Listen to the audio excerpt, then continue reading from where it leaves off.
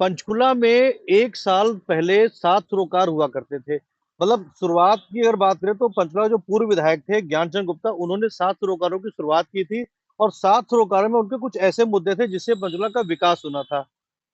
अक्टूबर 2024 में जब चुनाव हुआ तो संयोगवश ऐसा हुआ कि उनकी हार हो गई, पराजय हो गई। पर 7 सरोकारों के मुद्दों का क्या हुआ? सरकार तो भाजपा की है, वो भाजपा के कैंडिडेट थे और पिछली बार के टर्म की बात करें तो भाजपा से ही वो विधायक थे। वर्तमान में अगर बात करें तो सरकार भाजपा की है। तो वो 7 सरोकार थे, जो 7 सरोकारों का सपना था ज्ञानचंद गुप्ता का, आखिरकार क्या वह उनकी चुनाव हारने के बाद जमींदोज हो गया या वापस अभी फिर से जिंदा है? इन्हीं मुद्दों पर बात करने के लिए मेरे साथ मौजूद है जननायक जनता पार्टी पंचकुला के प्रधान ओपी सिहाग। उन्हीं से चर्चा करेंगे कि आखिरकार जो 7 सरोकारों का सपना था ज्ञानचंद गुप्ता का, वो जमीन पर आज की तारीख में कितना हकीकत में है और जो वर्तमान विधायक हैं चंद्रमोहन, उनकी क्या स्थिति है? क्या वो पब्लिक के बीच में जा रहे हैं, नहीं जा रहे हैं, या जो उन्होंने वायदे किए थे या जननायक जनता पार्टी के नेताओं ने चुनाव लड़ने के वक्त जो वायदे किए थे उन पर क्या ग्राउंड स्थिति है? क्योंकि चुनाव को बीते हुए भी लगभग 7 8 9 महीने का वक्त हो चुका है। सियाग साहब, आपने भी जब पहले टर्न्योर की बात करें ज्ञानचंद गुप्ता के टेबल में 7 सरोकारों का मुद्दा आपने भी सुना था, काफी बार आपने कमेंट भी किया था, मीडिया कर्मियों को बुला बुला करके 7 सरोकारों लेकर प्रेस कॉन्फ्रेंस भी की थी। अब चूंकि गुप्ता जी चुनाव हार चुके हैं, स्थिति बदल चुकी है, विधायक कांग्रेस से है, सांसद कांग्रेस से है, सरकार भाजपा की है, तो 7 सरोकारों का मुद्दे को अगर बात करें तो उसमें बड़े सारे मुद्दे थे। आवारा पशुओं का मुद्दा था, साफ सफाई का मुद्दा था, नशे को लेकर मुद्दा था, अतिक्रमण को लेकर था। आप अब कहाँ पे पाते हैं पंचकुला को कि क्या स्थिति है उसको लेकर के, कैसे देखते हैं? देखिए, आपने बात की 7 सरोकारों की। कागजों में जरूर बातें हुई थी, ये सारी मीडिया में हुई थी। और बकायदा तत्कालीन जो विधायक थे और स्पीकर रहे हैं ज्ञानचंद गुप्ता जी, बहुत दफा उन्होंने मीटिंगें बुलाई। कभी अपने विधानसभा कार्यालय में, कभी यहाँ रेस्ट हाउस में, कभी कहीं। बहुत ज्यादा मीटिंग उन्होंने बुलाई थी। चर्चा जरूर हुई थी, लेकिन सिरे नहीं चढ़ पाए थे ये। चर्चा जरूर की थी मतलब उन्होंने। आपके कहने के हिसाब से वो फेल्योर मॉडल वो, था। हाँ नहीं, जो मुद्दे जो उठाए थे उन्होंने 7 सरोकार के अंदर, अगर वो सारे वाक्य में ही सही हो जाते, लागू हो जाते, तो हमारा पंचकुला बहुत आगे बढ़ जाता।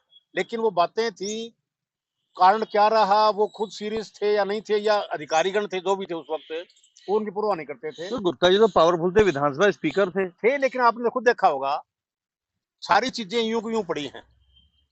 चाहे आप आवारा पशुओं की बात कर लो, कुत्तों की आबादी के बारे में बात कर लो, शहर के अंदर इंक्रोचमेंट की बात कर लो, शहर के आसपास या जो नशा बिकता है उसकी बात कर लो, लॉ एंड ऑर्डर की पोजीशन क्या है वो बात कर लो, पॉलिथीन प्लास्टिक की बात कर लो, यूं ही जैसे पहले से ज्यादा चल रहा है।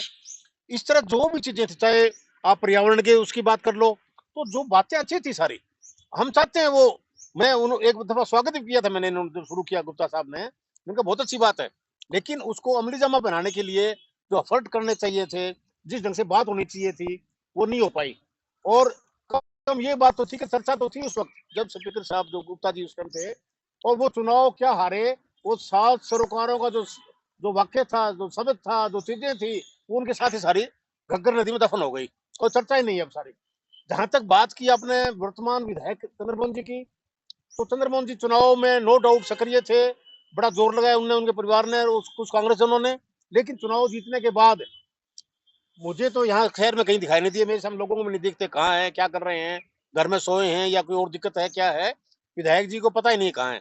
जबकि उनका फर्ज बनता है कि आम जनता के जो मुद्दे हैं, गंभीर मुद्दे हैं, उनके लिए उनको बाहर आना चाहिए।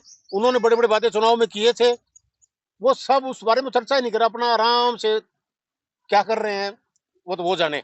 इसी तरह जो कांग्रेस पार्टी है, उनके भी आपस में सारे लड़ाई झगड़े सारे दिन होते रहते हैं।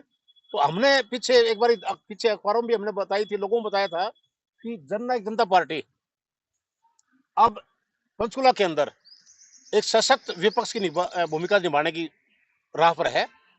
कांग्रेस, जैसा मैंने कहा, लड़ रहे हैं, विधायक जी आते नहीं, तो कौन मुद्दे उठाएगा पब्लिक के। सर, सशक्त आप बता रहे हो जननायक जनता पार्टी सशक्त विपक्षी भूमिका निभाने में है। आपके 2 पार्षद थे नगर निगम में, एक तो आपको पहले ही छोड़ के चले गए, मैं बचे ही एक आपके मैं पास। मान लिया, चाहे अकेला आदमी हो, अकेला आदमी अगर दिल से, मेहनत से, ईमानदारी से काम करे, बहुत कुछ होता है। वो समाज धीरे धीरे साथ जुड़ता है। हमारी पार्टी, मैं नहीं कह रहा कि बहुत बड़ी पार्टी है, लेकिन वक्त के साथ साथ लोगों को जब समझ में आएगा भाई ये ओपी सियाग या इनकी टीम या जननायक जनता पार्टी यहाँ पर वाकई में सीरियस है शहर के लिए, इस पूरे इलाके के लिए, ये इलाका साफ स्वच्छ होना चाहिए, यहाँ इनक्रोचमेंट नहीं होने चाहिए। बाकी बहुत से मुद्दे हैं नहीं, सारे। ऐसा तो नहीं जो आप ये कह रहे हो, मुझे ऐसा लग रहा है कि नगर निगम में चुनाव आने वाले हैं।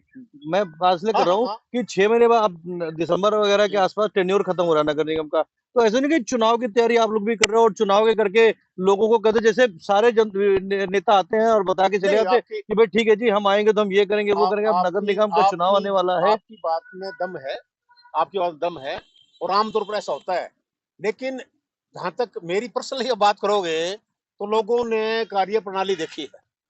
लोगों को पता है, जब मैं यहाँ ईओ था तो कोई कोई आदमी, आम आदमी, कोई आदमी आता था काम किसी काम के लिए, चाहे छोटे छोटा बड़े से बड़ा काम आता था, जो परव्यूम आता था नगर निगम की या नगर परिषद की, वो तुरंत होता था। पता है उनको कार्य प्रणाली का। कोई आया मैरिज रजिस्ट्रेशन के लिए, मान लो कोई दूर से आ रहे हैं, कपल आ रहा है, कोई फैमिली आ रही है साथ में, तो ये नहीं होता था कि आप 2 दिन बाद 3 दिन बाद आना, उसी टाइम करके ले जाओ भाई अपना।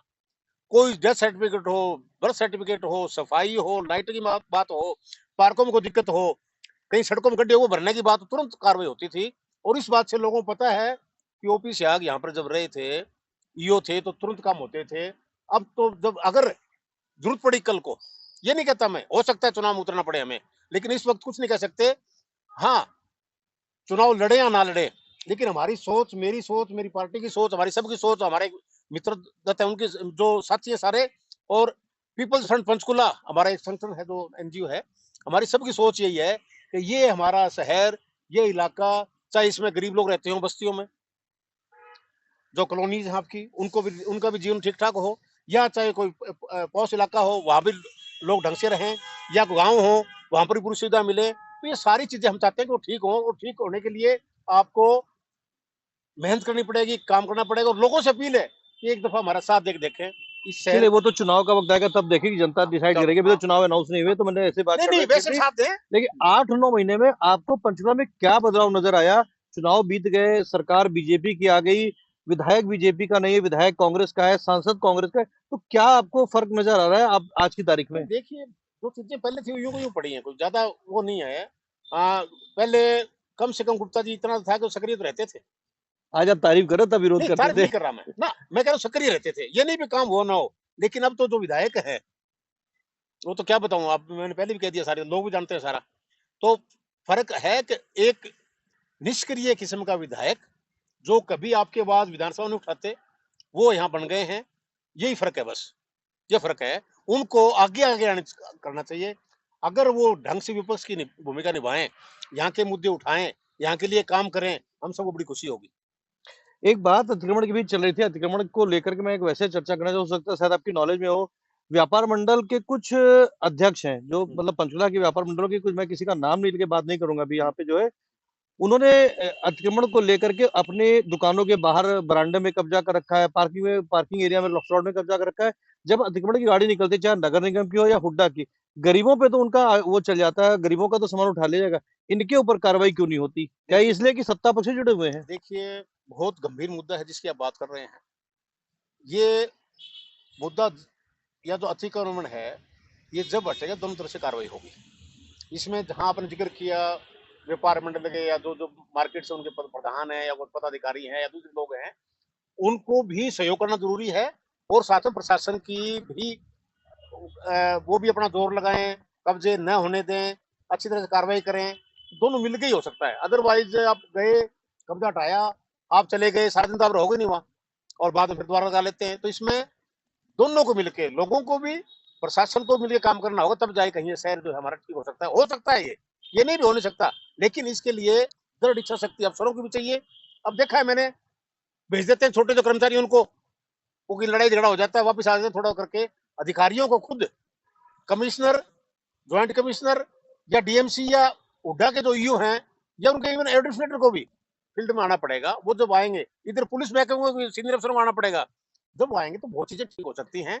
और इसमें अब ये पिछले कई सालों से हम देख रहे हैं, कमी आई है। नीचे वालों को भेज देते हैं, खाना पूर्ति पूरी करते हैं, और वापस हो जाता है। पिछले कुछ दिनों पहले आपने बरसात प्री मानसून सीजन के लिए लिखा था, निगम को चिट्ठी लिखी थी कि प्री मानसून आने वाला है या मानसून आने वाला है, रोड गली की सफाई करा लीजिए। आज 17 जून है और शायद 15 जून या 16 जून को टेंडर हुआ है। बारिश, अभी हम जब आपसे बात करें, बारिश की बूंदें पड़ रही है हमारे ऊपर। हो सकता है 5-7 दिन में, 10 दिन के अंदर बारिश आनी शुरू हो जाए। तो क्या आपको लगता है इन 7 दिनों के अंदर रोड गली की सफाई हो जाएगी और बारिश का पानी देखिए खड़ा नहीं होगा देखिए कहीं ये भी। मुद्दा बहुत गंभीर है और हर साल उठता है। कुछ दिन पहले हमने मुद्दा उठाया था, बात भी की थी, अफसरों से थोड़ा बहुत उन्होंने काम शुरू करना किया था। ये काम जो है अगर आप फरवरी में शुरू कर दें टेंडर प्रोसेस और मार्च में टेंडर लग जाएं और अप्रैल माह में अगर सारी रोड गली साफ हो जाती हैं तो आई थिंक ऐसा नौबत नहीं आती। लेकिन पता नहीं क्यों अधिकारी लेट तक करते रहते हैं, आखिर में आगे जब बारिश आती है तब ये टेंडर लगाते हैं। दाल में काला तो नहीं गई कुछ? हो सकता है। अब आप क्या कहोगे जब आप बारिश के वक्त में टेंडर लगा रहे हो, आपने रोड गली जो साफ किया, आपने अंदर से कुछ मिट्टी गार निकाल ली, साफ की और जो ही बारिश आई वापस उसी में चला गया। आपने कहा जी हमने तो पूरा काम कर दिया, पता ही नहीं चलता बारिश में क्या हुआ क्या नहीं हुआ। और ये बहुत सालों से देखते आ रहे हैं, रोड के ऊपर वही पानी, वही मामला, वही कॉलोनी। जिस तरह ये कुछ सेक्टर्स हैं, सेक्टर 19 है, इंडस्ट्रियल एरिया फेज 1 फेज 2 है, या सेक्टर 15 16 4 में भी दिक्कत आती है, 12 में दिक्कत आती थी पहले और 16 के अंदर भी आती है। तो वहां पानी और मेन रोड तो सारे इतने भर जाते हैं, बहुत लोगों को जहाँ घरों में पानी घुसता है वो नुकसान होता है नहीं वहीं। तो सवाल ये है कि टेंडर लेट क्यों करते हैं? टेंडर मतलब मतलब वजह क्या थी, क्या कोई मानसिकता में है या कोई खास कहीं एजेंसी ना का कहीं इंतजार, कुछ खास एजेंसी का इंतजार करते हैं? मे बी वो उनको टाइम पर लगाना चाहिए। हमने पहले भी अपील की थी, अब फिर की, फिर भी वो अभी तक चल रहा है टेंडर प्रोसेस। हमारी अब भी अपील है अगले 5-7 दिन में अगर ये साफ कर दें और साथ साथ उठाएं रोड गलीज को, साथ साथ सड़कों को, जो सीवरेज के अंदर भी कई बार साफ करना पड़ता है, तो अगर वो कर दें तो बढ़िया रहेगा, अदरवाइज बहुत दिक्कत फिर आएगी।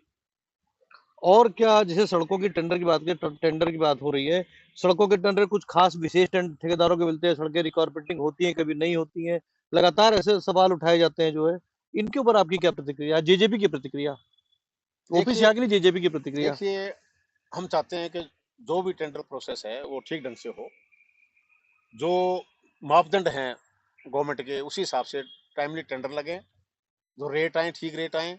और एक मैं बड़ी इंपॉर्टेंट बात कह रहा हूँ, सरकार तक पहुंचाना चाहता हूँ कि पहले एक मैन पावर का टेंडर लगता था, उसमें लोग मिनिमम वेजेस जिस तरह जो सरकार फिक्स करती है, मान लो 15,000 रुपए है, और लोग कोई भर देता था 10,000 12,000 और कर्मचारियों को पूरा नहीं दे पाते थे वो, और बड़ी भारी कर्मचारियों के साथ अन्याय होता था।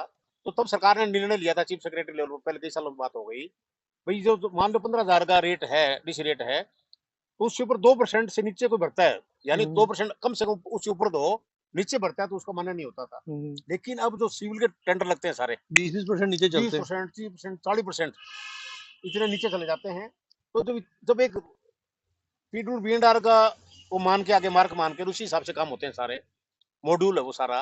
तो जब इतने रेट गवर्नमेंट जो टेंडर प्रोसेस तैयार करते हैं, एस्टिमेट बनाती है सारा, जब एस्टिमेट से अगर 40% बिलो होगा, 50% बिलो होगा, तो कैसे काम होंगे? तो इसमें भी मेरी ये सरकार से मांग है कि इसमें ऐसा सिस्टम बनाया जाए भी अगर इतने परसेंट से बिलो कोई आएगा तो रिजेक्ट होगा, ताकि काम की क्वालिटी ठीक आ सके, काम ढंग से हो सके और बार बार वो पैसा वेस्ट ना जाए, व्यर्थ ना जाए।